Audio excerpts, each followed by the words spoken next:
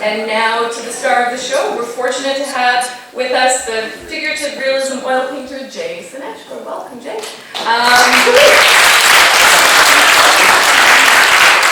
And you've read the formal bio, but here are two behind the formal bio facts about Jay. One in the realm of beauty and whimsy, the other in the realm of messy reality, which I think is kind of reminiscent of your work, perhaps. So the whimsical, beautiful fact is that Senetchko, his last name, means ladybug in Ukrainian.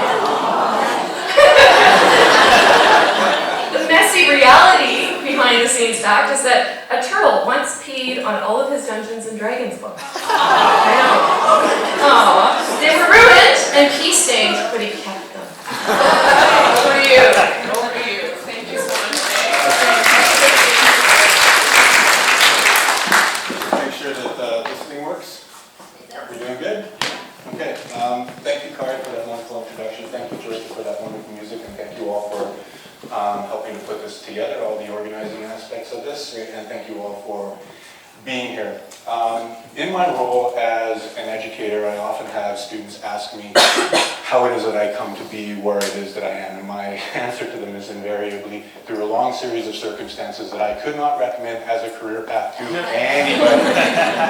And when I'm talking about patterns today, I'm talking about specifically as they relate to my creative process. If I use the words pattern or process or routines, I'm basically using these things synonymously. And in order to talk about my creative process, we have to talk a little bit about what I think, what I believe, and as a result, how I behave, because I truly believe as a creative, but also as people in general, there are no parts. Everything is relevant to our experience. Right? And patterns underlie that relevance, and patterns essentially make up, as far as I can see it, who we are. And if we're unaware of these patterns of our behavior, our thought, our action, we're largely unaware of who we are. And as far as I can tell, patterns, routines, processes have both positive and negative aspects to them. On the positive side of things, they can be deeply meditative and comforting in their stability and their predictability, and they have a result of being radically productive and efficient as a result of this. But that same stability, that same predictability has also negative side effects. It can become stagnant, or people can become stagnant in their thought, belief, and action. They're restrictive almost by their very nature, in terms of creativity, risk-taking, improvisation. They are almost by their nature also largely unreflective, and unthinking. This is their strength. It allows you to get into a routine to become productive without the messiness of thought. And at the very end of the spectrum, they can breed resentment and hostility if those deeply held beliefs are threatened or taken away. Nobody likes this. I certainly don't like this. But rather than give you a lecture on the subject, I'm going to tell you a story about my least favorite thing to talk about, myself. And at the end of that story, you will not only know a lot about me in a very short period of time, but hopefully you'll have an idea of how these patterns of mine, in thought, behavior, and action affect my creative process and affect the things that I do and make. So, where did I start? Dinosaurs! Who doesn't love them? I do. This is how I taught myself how to draw. It also introduced me to my love of history. I copied every single page in this book, and recognized that I was a very detail-oriented person from a very young age. As they do, dinosaurs became dragons. I invested myself in the fantasy world. My two main books of note when I first started reading was The Hobbit and Lord of the Rings, and then 42 Conan books during junior high. I read these fantasy books, I drew these fantasy worlds because I wanted to live in these fantasy worlds, and to a large extent still do. I love playing make-believe. This makes me an incurable romantic. It makes me very creative and imaginative. It is also at loggerheads with the practical realities of everyday life. These do not get along very well with putting food on the table, as well as everybody else's reality, especially their emotional needs, and practical needs on a day-to-day basis.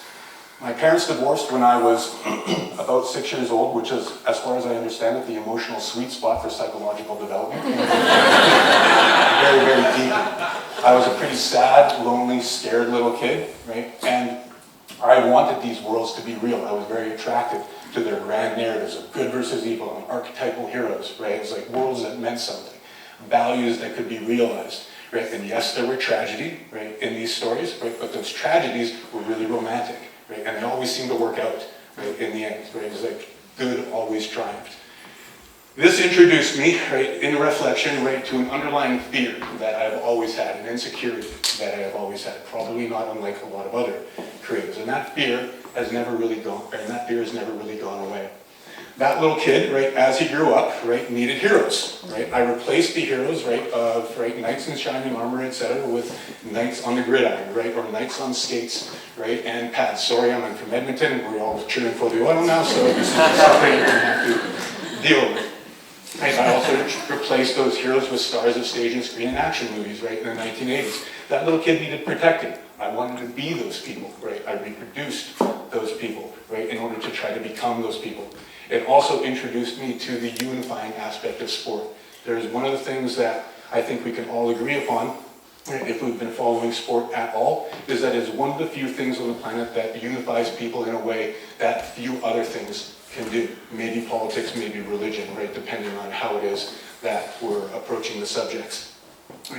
I was attracted to the pathos and the drama of these things, right, and I wanted to be these things, so I started to emulate these things, but most importantly, I started to recognize the strength of the community, right, of these things, right, that underlied, right, my interest in them.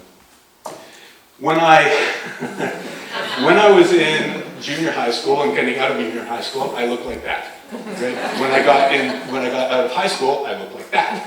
Right? That little kid who wanted attention started to get it, right? And started to recognize why he got it. So I opened myself up to a bigger world. I exposed myself to the world of modeling, which I hated, right? But right, it gave me the opportunity to become comfortable, potentially embarrassing myself in front of large groups of people, like today. I started a path of taking risks, right, being risk-oriented, right, as well as being radically self-reliant, which is now I recognize as being kind of an outgrowth of being radically lonely, right, at the time, not needing to depend upon anybody else. That risk-taking, right, that self-reliance was largely in part to that man. That's Jim Gilfillan, my high school social studies teacher, as well as football coach. He is the first person to treat me like an adult. Right? And he recognized that I was this gentle person, this insecure person, right? And at a high school football game, I had fucked up relatively badly, right? And you could see that I was in a state, but rather than berating me, right, or giving me empty platitudes, he came over and grabbed me by the face mask and said, "Fuck it." Right? Just get out there and play and fuck it. Right? And this is largely, right, the attitude that I take towards the world. Now, right, that fear and insecurity has never gone away. Right? I've just gotten really good at ignoring it and say fuck it. Right? So the things that I'm best at, right, currently, right, drawing and painting, for example, I'm always insecure, always fearful, right, about doing it. Right? I just recognize it as a feeling that doesn't have any basis in fact, and I say fuck it and move on. Right? So I started to open up.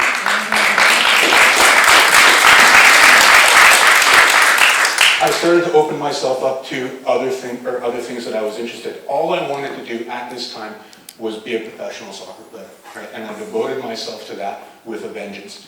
When I got out of university and when I got out of high school and went into university, I sat through 3 different orientations. Science, business, that I was out of inside 10 minutes. I was like, there's no way I'm doing this. Sat through the entirety of the fine arts orientation.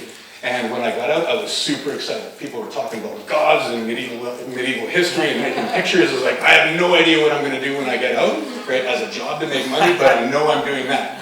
Fast forward 5 years later, I've got a business degree. Because I placated my parents, I had next marks to get in there, and thus began the bifurcation of Jay's personality. Right? Where on one side of my transcript, I had finance, accounting, marketing, management, science classes. On the other side of my transcript, as my electives, I have philosophy, comparative literature, medieval history, right, as well as like a smattering of art courses. I didn't care. I stopped drawing at this time. I devoted myself with a vengeance to playing soccer. Routine, routine, routine, practice, practice, practice, repetition, repetition, repetition. I got big, I got good, I got strong, and sadness got replaced by anger. Right? And I took that anger out on everybody I could, right, on the field. Sports is really good for this. What sports is also really good for is subordinating your individual interests to a team, right? And that's what I did, right? Some of my best friends are still from that community, right? And they formed me deeply, right, as a person. And again, introduced me to my love of people, right? And the people that I was sacrificing myself for, and in turn were sacrificing for me. During this experience, or during this process, right, I accumulated academic and athletic awards. I got cut from the Olympic team at some point, right, and then had 2 years of playing for 2 different professional teams for a grand total of 18 minutes of playing time. Right. When I finished this experience, right, of university and had these dreams of being a professional soccer player, right, what did I do? Well, of course, I moved to Hawaii and became a farmer. Because why not become a farmer? My dad had an opportunity to start a hydroponic growing company. He's like, no, we were not growing weed, right? We're growing lettuce and distributing it to local businesses on the island. Right? I had a business degree that thought that I should use, right? And I subordinated my interests, right, to those of my parents and went and did that. And I fucking hated it. Right? So at the end of the year, spending most of my time alone, right, I had also started to reinvigorate an interest in arts. I experimented with community theater. In one play, right, I played the bitter and sarcastic embodiment of Jonathan Swift in the body of a monkey. Right? In another, I played Leon Trotsky in 19 variations of his death. I also started drawing again, right, and recognized that not only had my ability to draw not go away, right, but it had gotten somehow magically better, and I was still this very detail-oriented, amazing mimic of images. So, when I got back from, or when I decided that I no longer wanted to do this, I walked away from $7 million of capital investment, right, that would have secured a certain kind of future in order to do what? Well, when I got back to Canada, right, I had this idea, right, that I don't know when I formulated it. At some point in my future, I would be living in a cabin in the woods, making and selling pictures for a living. When I got back to Canada, right, I started coaching again, tried to play pro again, got cut again, so that I decided to go to Europe, right, and figure myself out for 3 months, right? This was going to solve all my problems in my life. It did not. Instead, I had a panic attack in Athens, right, because, right, I was trying to sketch out an idea for something that I wanted to do and realized that I didn't have the skill set in order to do it. Right, so not only was I a million miles away from this place that I thought that I was going to be, I hadn't taken a single step in that direction. I broke down for a little bit, right, this glosses over a very troubling period in my life, right, and then started to step in that direction by doing odd jobs, primarily bartending, right, in order to make money to go and do what? I was going to move here because I had fallen in love with this place on road trips out here with my university soccer team. I knew that I wanted to get into the arts, I just didn't know anything about the arts. Right? So I made up an excuse to come out here and got into animation. Right? Now, I figured that if somebody wanted to pay me 8 hours a day to draw, it couldn't be that bad. Turns out it can be. For my personality. I had basically learned everything that I wanted to know from the school that I still currently teach at, right, as a result of this experience, inside the first 3 months. And the only reason that I didn't quit is because I hate quitting things more than I hated doing that. Right. But during that process, I met 2 really influential people. Gideon, right, who taught me how to paint, sort of. I actually didn't see him paint for about 10 years. I just pestered him with questions for about 5, right, and then went off and tried things. Right, and I met his good friend, Brad. They're both really good friends of mine, and Brad taught me how to think. Both of them taught me how to reflect, right, and were deeply influential on my development. I include this slide, by the way, as a representation of animation because Lilo and Stitch's set on the island that I was living on for a year. This began, right, 10 years of self-education on my part in both the educational realm as well as the artistic realm. At the beginning of my experience as an educator, right, I knew nothing. I was really good at bullshitting my way through interviews, which I did successfully, right, and I was really good at drawing, but I was woefully underqualified to be teaching anything that I was teaching. Right? My basic goal, right, at the beginning of this process was to be smarter than the smartest person in the room. Right? At the end of the career, or fast forward 23 years, right, I now have a 500-page textbook on image theory that I've accumulated, or that is the accumulation of my knowledge right throughout that period, and I think that my students get good bang for their educational buck. What teaching was at the beginning of the process was a means to an end. It was an opportunity to get out of bartending, right, and start supporting myself as an artist with some sort of stable financial background. Now, it's one of the most gratifying aspects of my contribution to the arts in a couple of different ways.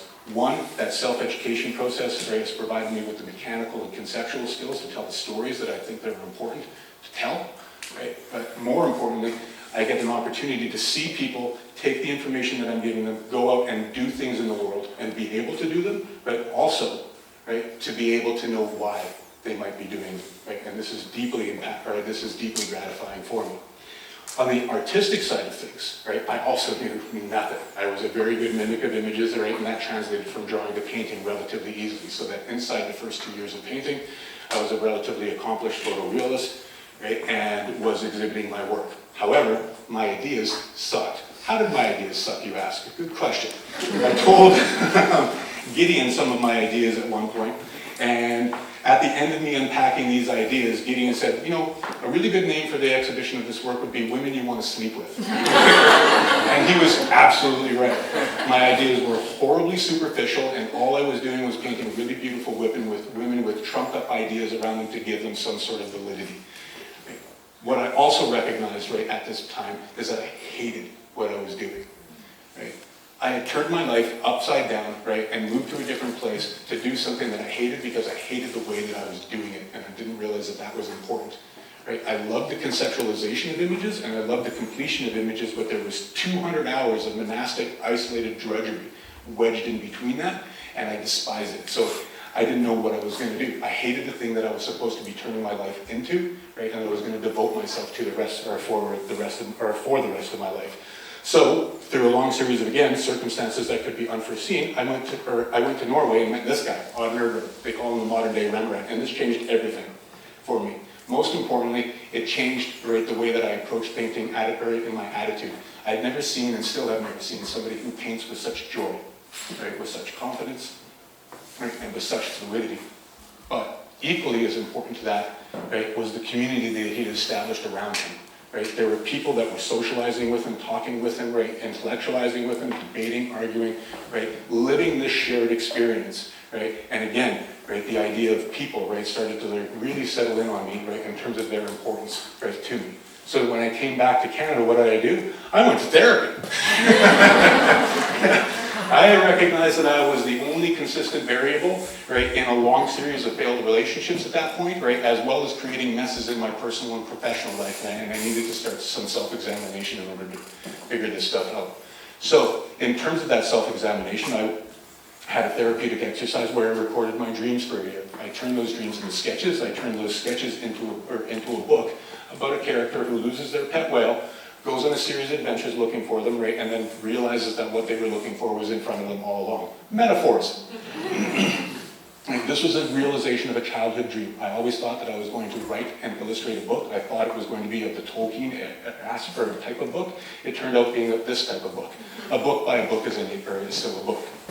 Right? I also changed the way that I work. I'm a very detail-oriented person, as I mentioned. I'm also a very literal-minded person, right? If you put an image in front of me, I will copy it, right? If you give me an idea, I will regurgitate it. So I need to play tricks on myself, right, in order to get away from the superficiality, right? So I started to embed aspects of chance into that process. Working from life became predominant of that, right? It gave me an opportunity to socialize with people, but it also gave me an opportunity to have time constraints, right? Restrictions on how long it took me to do a particular thing. Lighting conditions varied, moods varied, right? Our relationship between us, right, affected things. What a model is physically capable of doing rather than what's in my head, right, started to affect things. I also started to incorporate the aspect of collage, right, and the invariable distortions of scale, perspective, lighting conditions, subject matter, right, as they collide right into these narratives that I was creating that wouldn't be able to be conceived of in any other way. I also started to change the conceptualization process, right, whereas like best kind of exemplified by this American painter Mark Tansey that I really admire, who has a big wheel in his studio that spins the 3 different sections, and on that wheel, right, has thoughts, ideas, places, times, people, right, biographies, etc. And he spins them and they randomly line up with each other, and that's how he starts his generation, or the generation of his ideas. I do something not dissimilar with mind maps and flowcharts to get myself as further away from that initial conception and start to recognize things that I wouldn't otherwise be able to connect the dots between. I also changed my studio practice. Right? Up until this point, I was working in isolation. Right now, I work with studio mates, and that has become a mainstay of my studio practice ever since. I also have an open door policy. For those of you who have been in my studios, like, you know that this is the case. I love people wandering in, right, sharing ideas, maybe working alongside and collaborating, or just hanging out or doing their own thing, right, so that I'm working in a social environment, right, as opposed to an isolated environment. I also co-founded a figurative collective called Phantoms in the Front Yard. And that gave me an opportunity to not only work with people, but also be inspired by people who are doing similar things and work in mediums and genres that are outside of my regular thrust of work. Gave me basically an opportunity to experiment, to play, and to explore. This also, right, was Mark left a note on this. Mark owns this painting. He's like, who owns that amazing painting? This is also the time where I started to think and make art less superficially. I started to look beneath the surface of things, at things that I wanted to communicate with people because I thought those things were important. At the time of the Apologia series, and this is also the time that I started to work in series of works, we can think about those things as like a big storyboard, so to speak, right? The idea is too big to get out in a single painting, so I make numbers of paintings, right, that start to express that.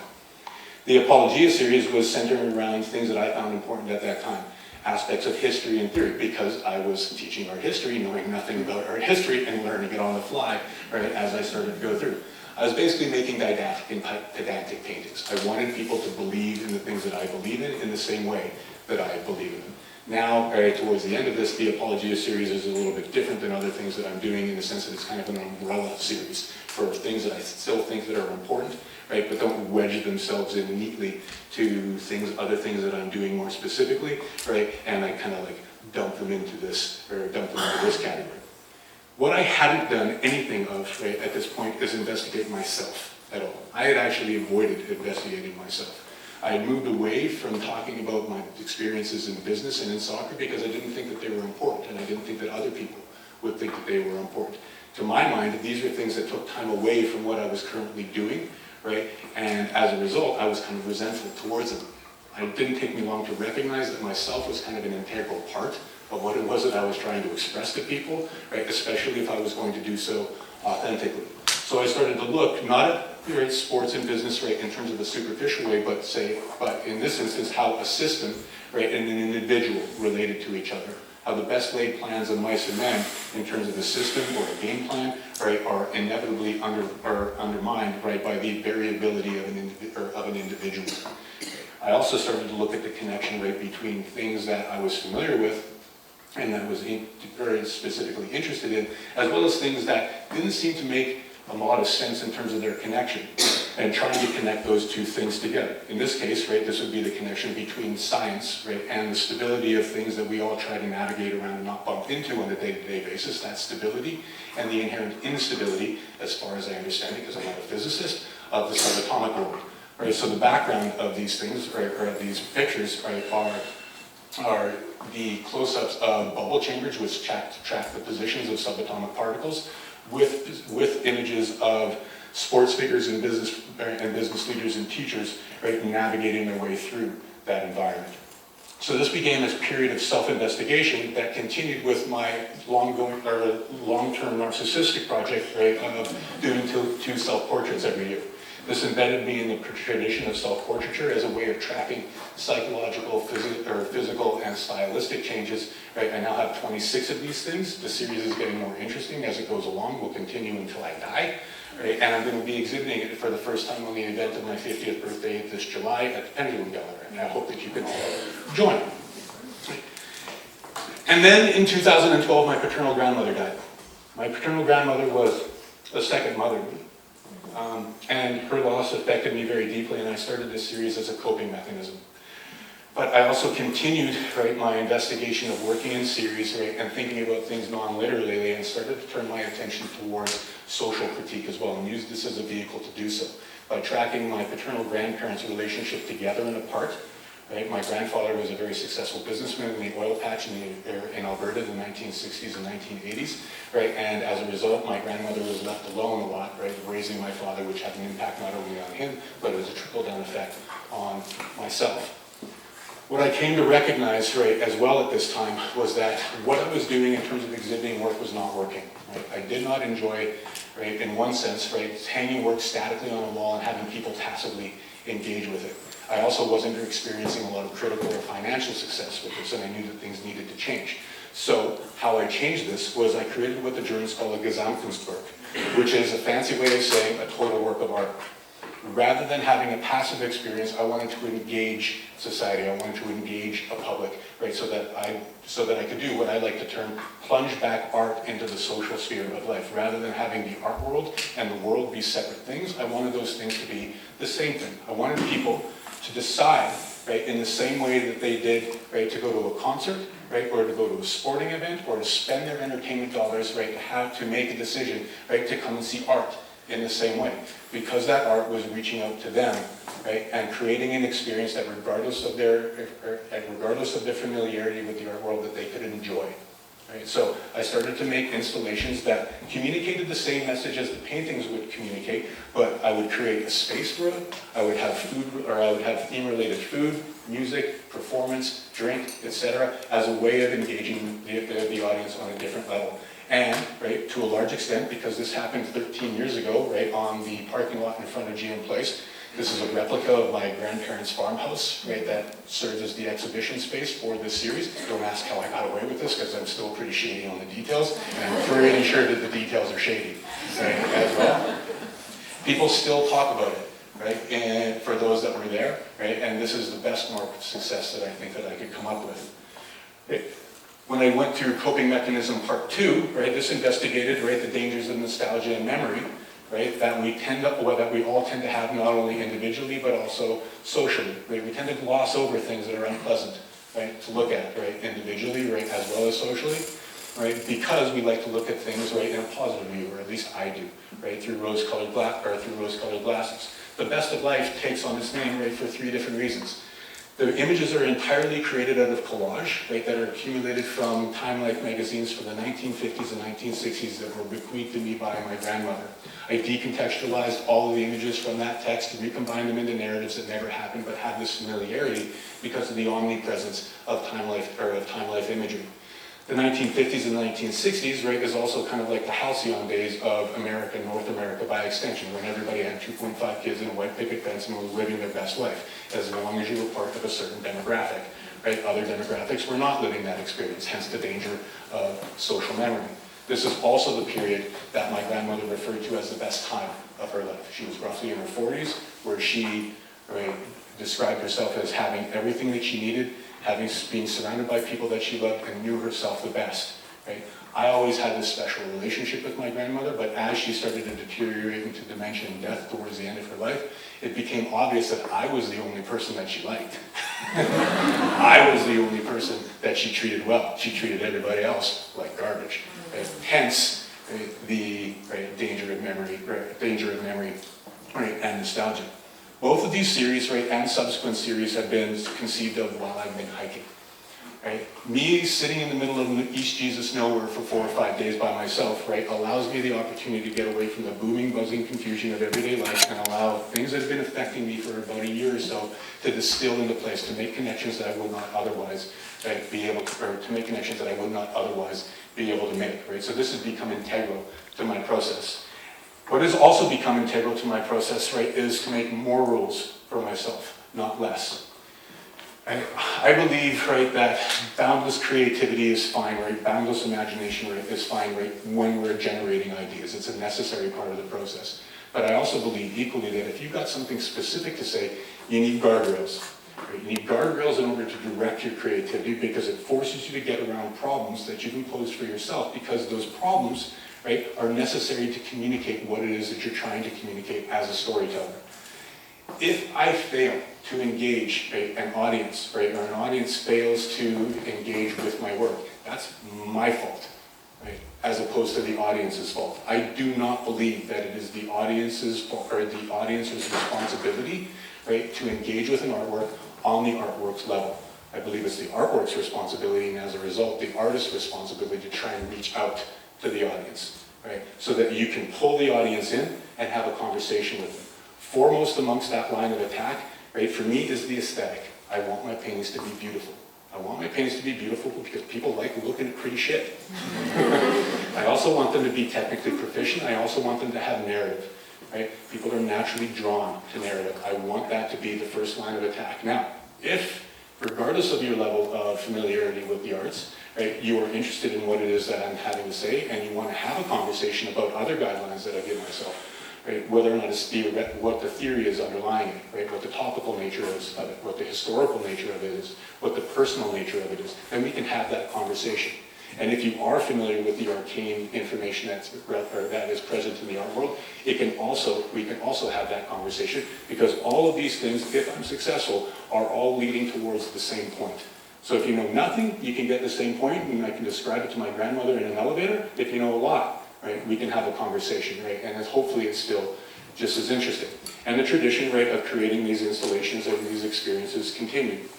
What also continued was my investigation of my personal past. In this series, my relationship to my cultural heritage, right, which I have been fascinated by for at least 10 years or so now, to the point where I've been desperately struggling to learn a language.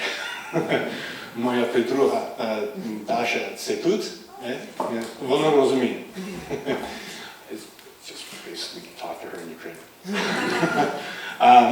This series was conceived of in 2018 and centered specifically on Russia's invasion of Ukraine in 2014, right, and pictured scenes of violence as a central panel of altarpieces that were flanked by scenes of conspicuous comfort, right, especially in the Western world. The idea behind this was that scenes of violence or acts of violence are the necessary backdrop historically as well as contemporarily for contemporary comfort to basically exist, right, at all, right, and we are all complicit, right, in this act, right. The land acknowledgement would be a very good example, right, of this.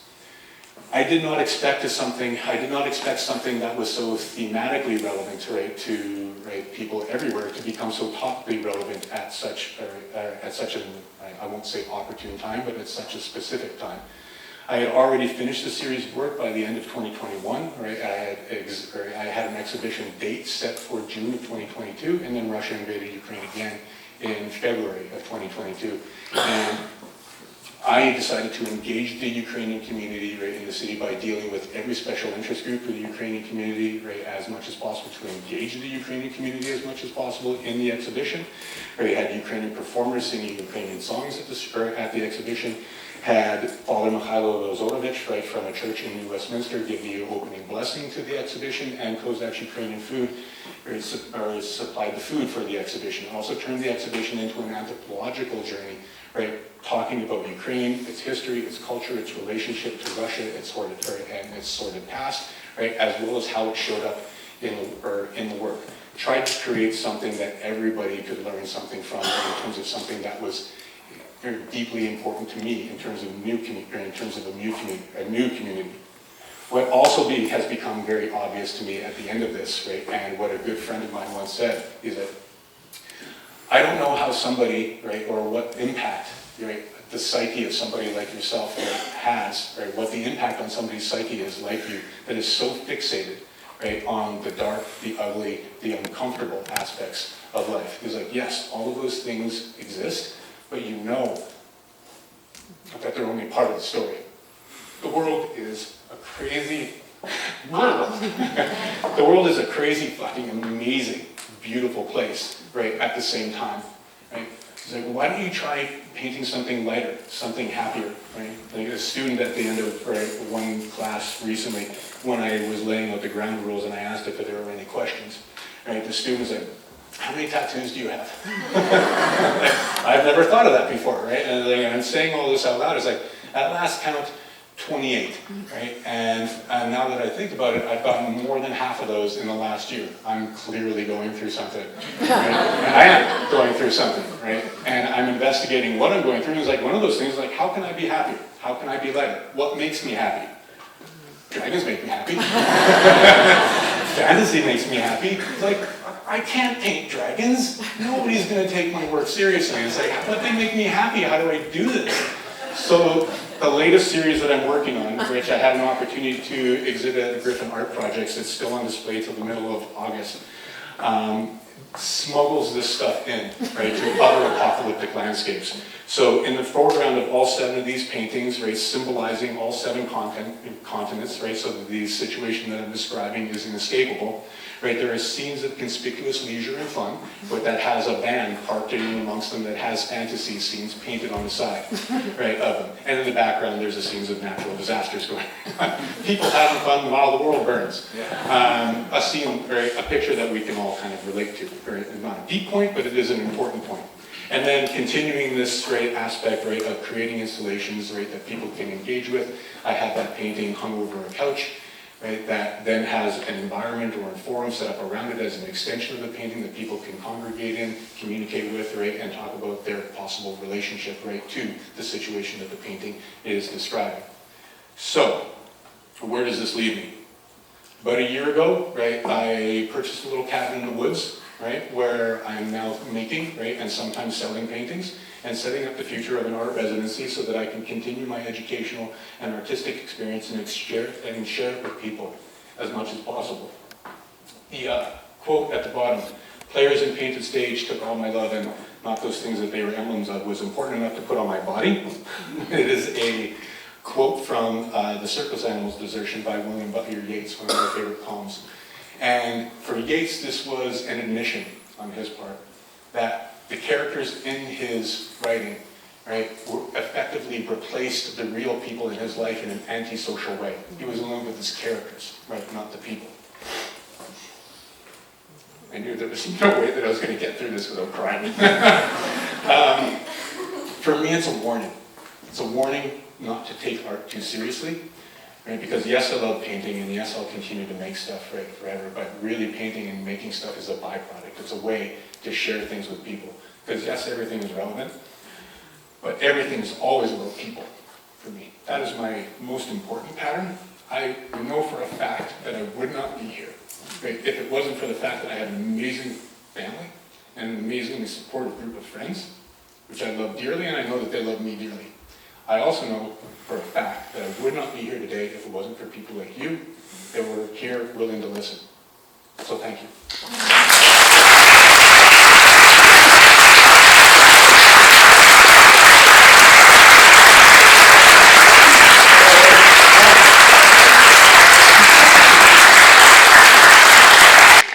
Wow, in 10 minutes of Q&A, we're going to aim to have the event close just after 10:15.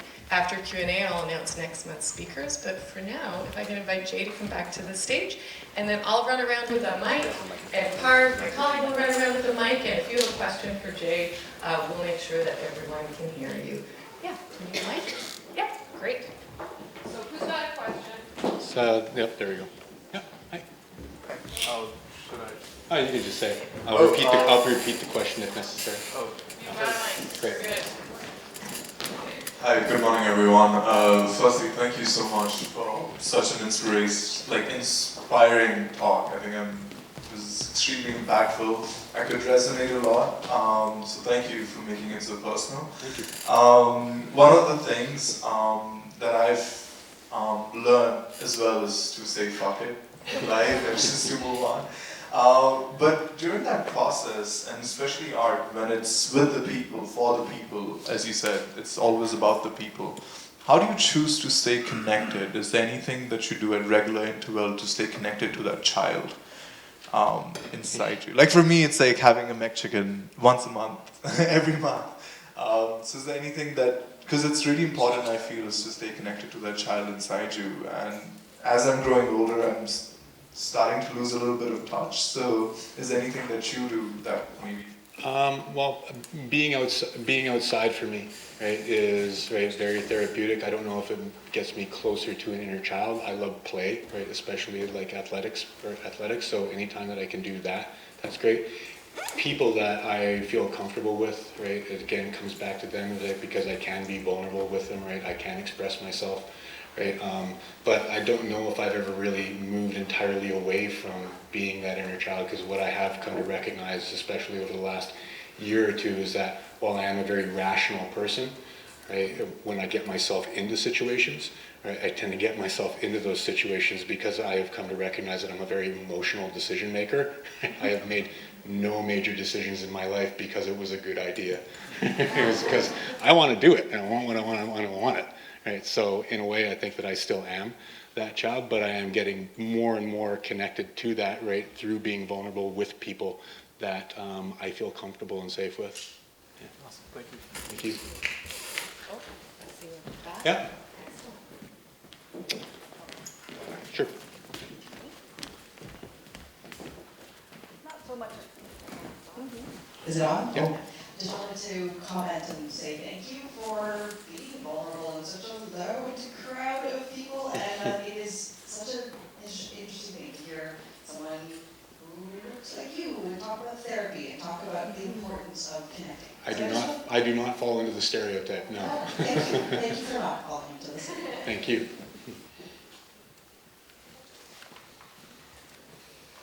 Okay, thanks for your talk. When you were talking about how you transitioned from working mostly by yourself into the studio mates, that you have people that you work with, was there something specific that sort of switched that? Like that sort of control of just being by yourself, and then maybe you could talk about just what that process was like. Well, as I mentioned in the talk, it was right because I was exposed to it in Norway for the first time, right? But then I don't mind being by myself, but I tend to enjoy, right, being around people a lot more. And to be honest, like that process was out of necessity, right, financially to begin with, right, because I needed to pay bills, right, for a studio that I also needed in order to support what I was doing. So I was bringing in people, but it's not like I was interviewing people. I was friends with people in the artistic community that also needed space. I had space to provide, so I offered it up to them, and it grew organically in terms of who populated that space. And people have come in and out, right, throughout that time, but in some instances I've shared space with a single person for as long as 10 years. Right? So it was just by putting it out there to people that I knew in the community, and then whoever kind of was like the right fit at the right time, where it just kind of showed up. Yeah. Did it feel comfortable, or did it feel like the right decision right out of the gate, or was that sort of a growing process? Let's just say euphemistically that it's felt better at times than it has, right, all the time. There haven't been like perfect personality mixes, right, all the time, right, but for the most part, right, it's been people that I love and care about, right, that have populated that space, right, and then it's been sad to see them go. In very rare instances, it's been nice to see them go. Thanks. Yeah. Okay, we have a question here. I'm going to hand the mic. Again, thank you very much for your talk and your vulnerability. It's really appreciated it. I also appreciate that you're very detail-oriented. I wish I was. When you sat down to... Careful what you wish for. What's that? Careful what you wish for. I was wondering, when you sit down to do a work of art, you have a concept, I guess, in mind.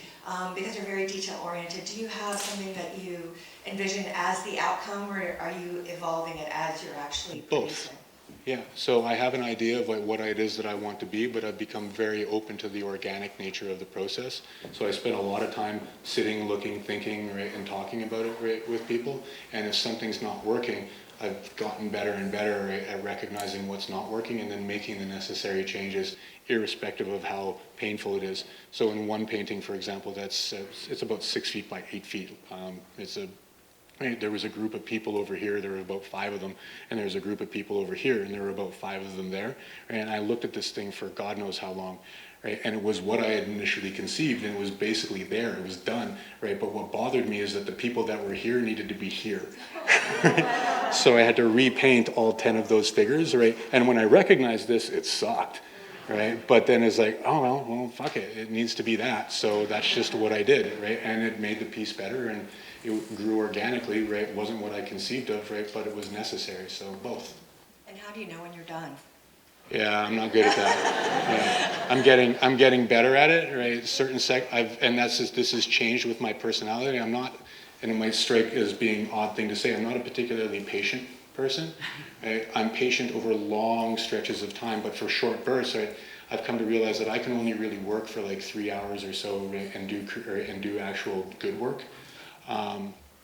So one of the things that I've started to do is embrace kind of that impatience that gets me away from being overworking things, right? Taking things to like that ultimate level of detail oriented, where I've come to appreciate different kinds of aesthetics a little bit more, and being able to leave things right at certain stages of development rather than taking everything to that point of being finished. Because, like I said before, when it's done is when it looks like the thing that it's supposed to look like. Right? It's like, no, it looked better like way before. Right? So I'm still evolving that. I don't really know. It's one of the most difficult parts of the process for me. Yeah. I think for a lot of people. Yeah, probably. Yeah. Thank you. Okay, time for one more question. I was saying just it's this right, John, right this side. Thank you again, Jay, like as everyone else has said. Thank you. You talked about fear a couple of times, and feel the fear and do it anyway. Just really, that's what I hear in your talk. But is there a learning from your pattern of fear, I don't know if I'm saying that the right way, that you didn't share with us that... Oh God, yeah. Okay. There's lots I haven't shared with you. It's like when I was first offered this talk, right, and I told some of my really good friends that I was going to be speaking on the theme of patterns. They literally laughed at me because of these patterns of behavior that I've been kind of like locked into for a long period of time, and I've been through a relatively, I would say, right, not hyperbolically grueling process over the last couple of years. Been trying to not only recognize but change, right, and it's not easy, right, and it isn't for sissies. So I don't really know what to say about that other than, yeah, I've got my own patterns of behavior. Some have been really detrimental to me. Some of them have been really detrimental to people that I really care about a lot. And this is part of the impulse, right, to try to not only recognize, right, but change those things. But in terms of what those patterns are, yeah, that's a different talk. Oh, thank you so much. I have one final question. You got 14 tattoos this year? This past Something year? like that, right, Dasha? So who's your tattoo artist? This lovely lady right there, Dasha. Oh, is she here? Yeah, she's right there. Okay. So do a little 30-second pitch for your tattoo artist. Clearly there's something, yeah. Absolutely. Dasha hails from Ukraine. She's an amazingly detail-oriented tattoo artist. She works at Patchwork Studio in Gastown right now.